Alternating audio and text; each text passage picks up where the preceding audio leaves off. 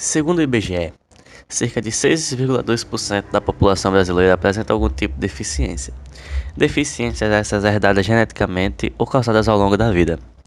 A vida do deficiente é extremamente difícil, pois geralmente os portadores de deficiência necessitam de ajuda de alguém.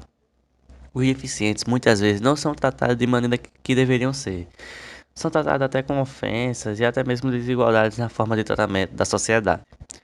As pessoas infringem as leis de benefício dos deficientes, tais como as vagas de estacionamento, filas preferenciais e muitas outras.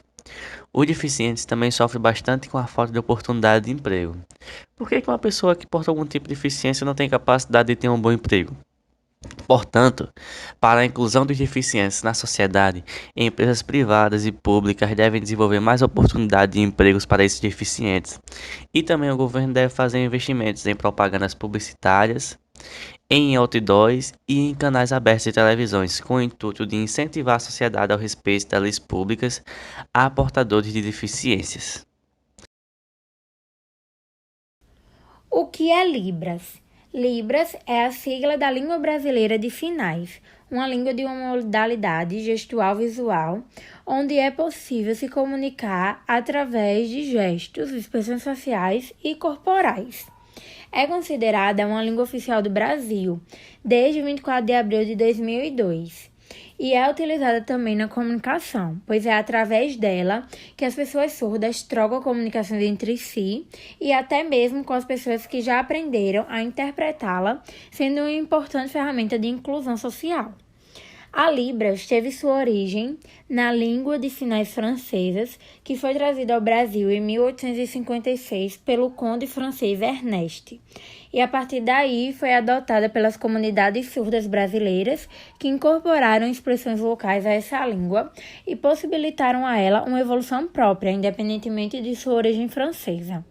Depois de um longo processo de lutas sociais da comunidade surda, a Libras ela foi oficializada no Brasil por meio da Lei 10.436, garantindo dessa forma alguns direitos básicos para esses cidadãos, como a possibilidade de solicitação de um intérprete em ambientes formais e de aprendizagem, como escolas e universidades, assim como poder contar com professores e fonoaudiólogos capacitados a lidar com as especificidades da comunidade surda, já que a partir dessa data, a Libras se tornou uma disciplina curricular obrigatória nos cursos de magistério e fonoaudiologia do ensino superior brasileiro.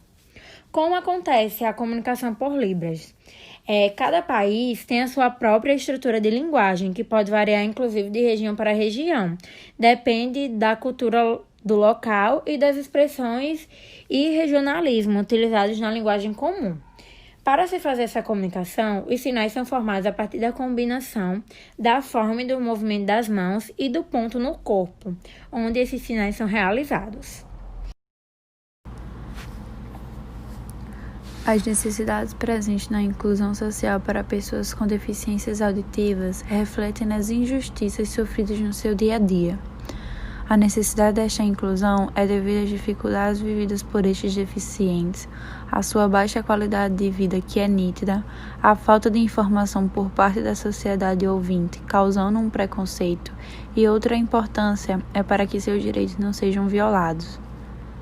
Um exemplo destes direitos violados é dentro das escolas. O trabalho que deveria ser de inclusão acaba desempenhando um papel inverso.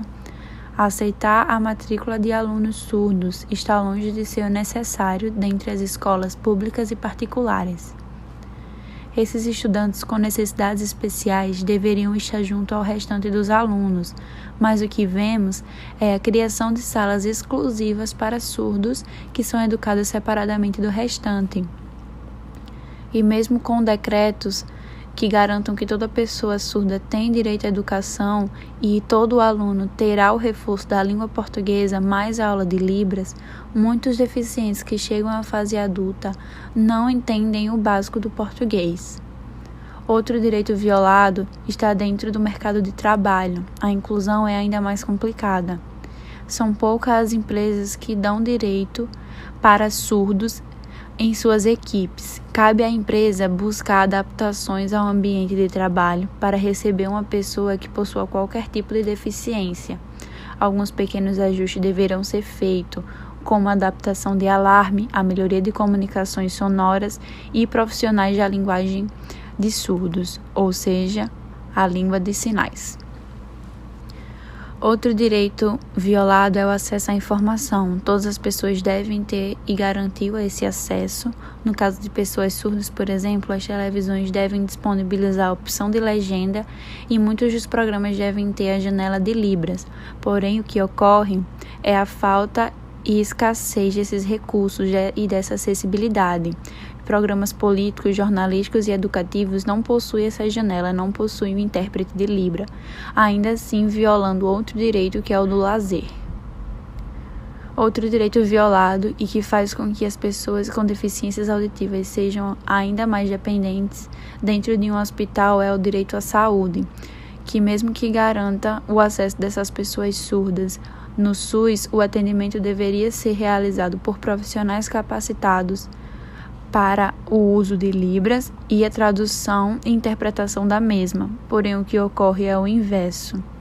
Outro direito violado é a prioridade no atendimento para pessoas surdas, que mesmo que o decreto regulamenta e dá prioridade de atendimento às pessoas que especifica e estabelece critérios básicos para a promoção de acessibilidade.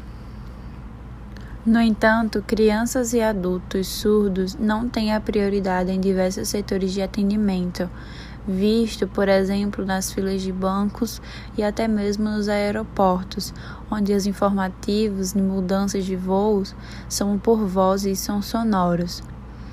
Aí se vê a necessidade da inclusão, onde a exclusão é levada em primeiro plano e a inclusão nunca é vista como necessidade. Milhares de pessoas com algum tipo de deficiência são discriminadas nas comunidades em que vivem ou sendo excluídas do mercado de trabalho. O processo de exclusão social de pessoas com deficiência ou alguma necessidade especial é tão antigo quanto a socialização do homem. A estrutura da sociedade, desde seus primórdios, sempre inabilitou os portadores de deficiência, marginalizando-os e privando-os de liberdade. Essas pessoas, sem respeito, sem atendimento, sem direitos, sempre foram alvos de atitudes preconceituosas e ações impiedosas. O empregador deve ter o direito de contratar quem quiser, sem intervenção de leis do Estado e de assistencialismos e paternalismos, usando seu juízo e seus preconceitos para excluir aqueles que considerem menos capazes.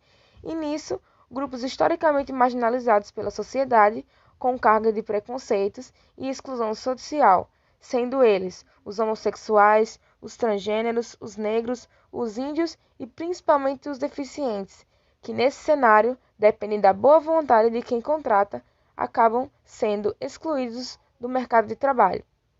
A maior parte dos deficientes está longe de ser incapaz. Um deficiente auditivo é incapaz de ouvir, mas pode se comunicar com a linguagem de sinais, receber ordens e executar sua função. Apenas possuem limitações ligadas ao sentido ou função que lhes falta. Esses deficientes, no entanto, não deixam de existir, continuam precisando comer, beber, se vestir e, privados dos meios de ganharem a vida, acabam sendo sustentados por terceiros. Ainda que um deficiente, por ter mais limitações, produza menos que uma pessoa dita, entre aspas, normal, seria preferível colocá-lo para trabalhar, produzindo o que pode e recebendo conforme o que produz, tendo o restante suprido pelo Estado.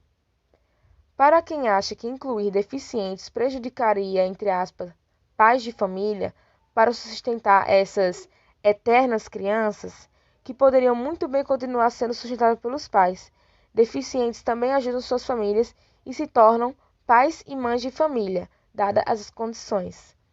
A inclusão dos deficientes não é uma caridade forçada. Não só o deficiente ganha, não se trata da minoria às custas da maioria. A sociedade ganha, a economia ganha.